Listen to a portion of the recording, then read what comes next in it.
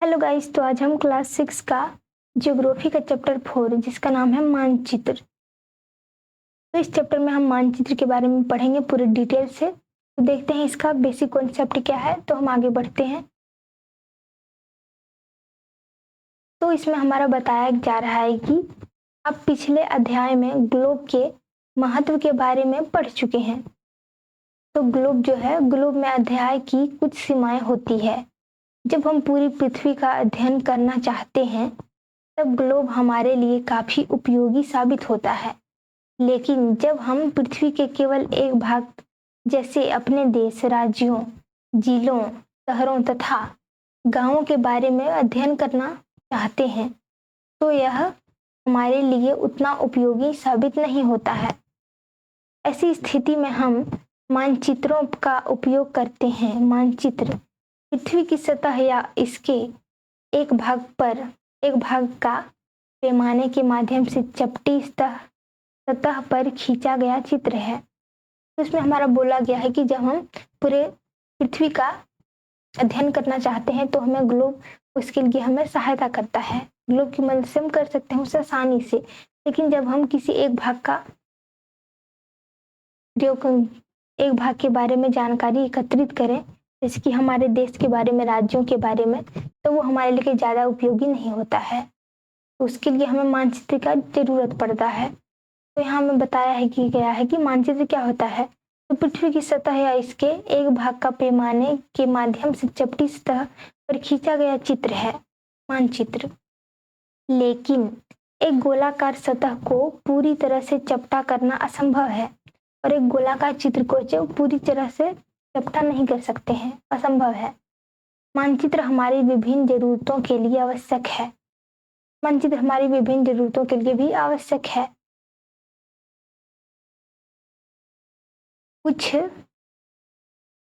कुछ मानचित्र एक छोटे क्षेत्र को एवं कुछ तथ्यों को दर्शाता है।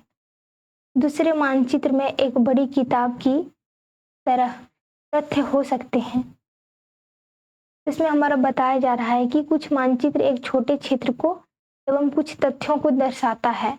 दूसरे मानचित्र जो है वो एक बड़ी किताब की तरह तथ्य को हो सकते हैं। जब बहुत से मानचित्रों को एक साथ रख दिया जाता है तब क्या होता है, तब एक एटलस बन जाता है। तो बहुत सारे मानचित्र को जब एक साथ रख देते हैं तो उससे एटलस बन जाता है। तो एटलस जो है वो विभिन्न प्रकारों तथा अलग अलग पैमाने से खींची गई मापों पर आधारित होता है।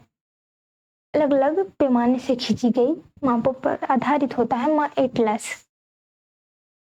तो मानचित्रों से एक ग्लोब की अपेक्षा हमें ज्यादा जानकारी प्राप्त होती है। तो मानचित्रों से हम ज्यादा जानकारी प्राप्त कर सकते हैं ग्लोब की अपेक्षा। तो मानचित्र विभिन्न प्रकार के होते हैं जिनमें से कुछ को नीचे वर्णित किया गया है। तो भौतिक मानचित्र क्या होता है? तो भौतिक मानचित्र होता है पृथ्वी की प्राकृतिक आकृतियां।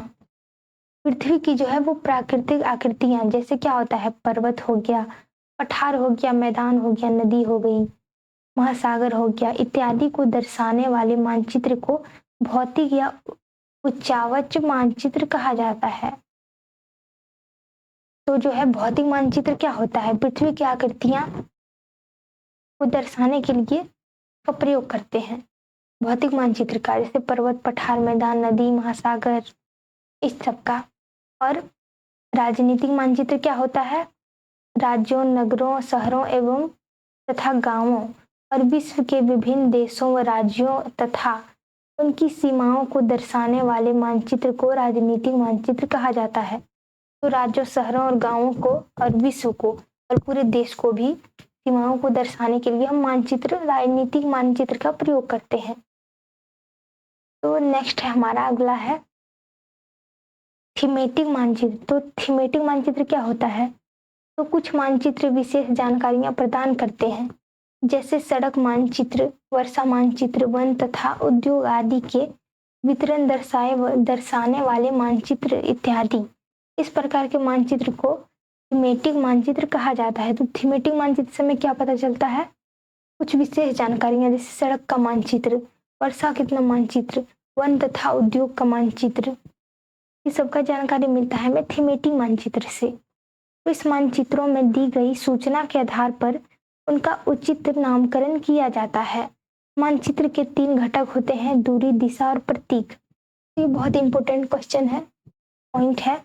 मानचित्र के जो है वो 3 घटक होते हैं, दूरी, दिशा और प्रतीक।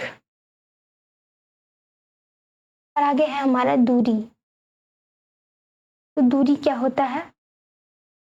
तो मानचित्र एक आरेखन होता है। मानचित्र क्या है? एक आरेखन होता है जो कि पूरे विश्व या उसके एक भाग का छोटा कर कागज के एक पन्ने पर दर्शाता है। तो मानचित्र जो है वो एक आरेखन होता है जो पूरे विश्व का उसके एक भाग का छोटा पर कागज के एक पन्ने पर दर्शाते हैं। या यह कह सकते हैं कि मानचित्र छोटे पैमाने पर खींचे जाते हैं। मानचित्र जो है वो छोटे पैमाने पर भी खींचे जाते हैं, लेकिन इससे इतनी सावधानी से छोटा किया जाता है ताकि स्थानों के बीच की दूरी वास्तविक रहे। और मानचित्र को जो है वो ऐसे छोटा किया जाता है जैसे कि उससे स्थानों की जो दूरियां है वो वास्तविक रहे। यह तभी संभव हो सकता है जब कागज पर एक छोटी दूरी स्थल की बड़ी दूरी को व्यक्त करती हो। और ये तभी हो सकता है जब छोटी दूरी जो है वो एक छोटी दूरी स्थल की बड़ी दूरी को व्यक्त कर सके। इसलिए जो है इस उद्देश्य के लिए एक पैमाना चुना जाता है। पैमाना स्थल पर वास्तविक दूरी तथा मानचित्र पर दिखाई गई दूरी के बीच का अनुपात होता है। तो स्थल पर वास्तविक दूरी तथा मानचित्र पर दिखाई गई दूरी के बीच का अनुपात होता है। उदाहरण के लिए आपके विद्यालय एक एवं आपके घर के बीच की दूरी 10 किलोमीटर है। तो एग्जाम्पल दिया गया है कि हमारे विद्यालय से हमारे घर की दूरी जो है वो 10 किलोमीटर है, जिसे मानचित्र पर दो सेमी की दूरी से व्यक्त किया गया है, 2 सेंटीमीटर, 2 सेमी की दूरी से व्यक्त किया गया है। इसका अभिप्राय है कि मानचित्र एक सेंटीमीटर स्थल के 5 किलोमीटर को दर्शाएगा। आपके रेखाचित्र का पैमाना होगा 1 सेंटीमीटर जो है वो 5 किलोमीटर, 1 सेंटीमीटर 5 किलोमीटर। इस प्रकार पैमाना किसी भी मानचित्र के लिए बहुत महत्वपूर्ण होता है। पैमाना जैसे कि मेरा छोटा मानचित्र है तो हम उस पर बड़ा सा जगह का दूरियां कैसे दिखा सकते हैं। अगर आपको पैमाने की जानकारी है तो आप मानचित्र पर दिए गए किसी भी 2 स्थानों के बीच की दूरी का पता लगा सकते हैं। अगर हमें पैमाना पता हो तो जब बड़े क्षेत्रफल वाले भागों जैसे महाद्वीप या देशों को कागज पर दिखाया जाता है तब हम लोग छोटे पैमाने का प्रयोग करते हैं। और जब बड़े क्षेत्रफल वाले महाद्वीपों और देशों को कागज पर दिखाया जाता है तब हम छोटे पैमाने का प्रयोग करते हैं। उदाहरण के लिए मानचित्र पर 5 सेंटीमीटर स्थल के 500 किलोमीटर को दर्शाता है। इसको छोटे पैमाने वाला मानचित्र कहते हैं। जब एक छोटे क्षेत्रफल वाले भाग जैसे छोटा क्षेत्रफल वाला भाग जो है आपके गांव या शहर को कागज पर दिखाया जाता है तब हम बड़े पैमाने का उपयोग करते हैं। जैसे स्थल पर 500 मीटर की दूरी को मानचित्र पर 5 सेंटीमीटर की दर्शाया जाता है। इस प्रकार के मानचित्र को बड़े पैमाने वाला मानचित्र कहते हैं।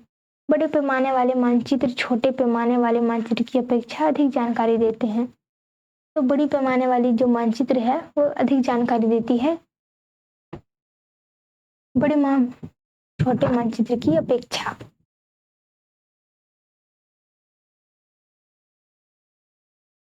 तो आगे है हमारा एक पेंटिंग दिया हुआ है, एक गांव का मानचित्र। एक गांव का मानचित्र दिया हुआ है।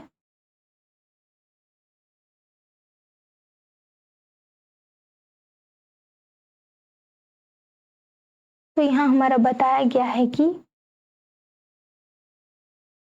पैमाना, ये हमारा 1 सेंटीमीटर 10 मीटर, 1 सेंटीमीटर बराबर 10 मीटर, ये मीटर में है। यह हमारा 50 मीटर, यहाँ भी है 50 मीटर। ये हो गया हमारा सामुदायिक केंद्र। यहाँ हमारा पेड़ बना हुआ है, यहाँ कुआं है, यहाँ विद्यालय है, यहाँ दुकान है, यहाँ विकास का घर, यहाँ शीला का घर, यहाँ गरीब का घर। तो इसे हम मानचित्र में दिखाते हैं छोटे तौर पर।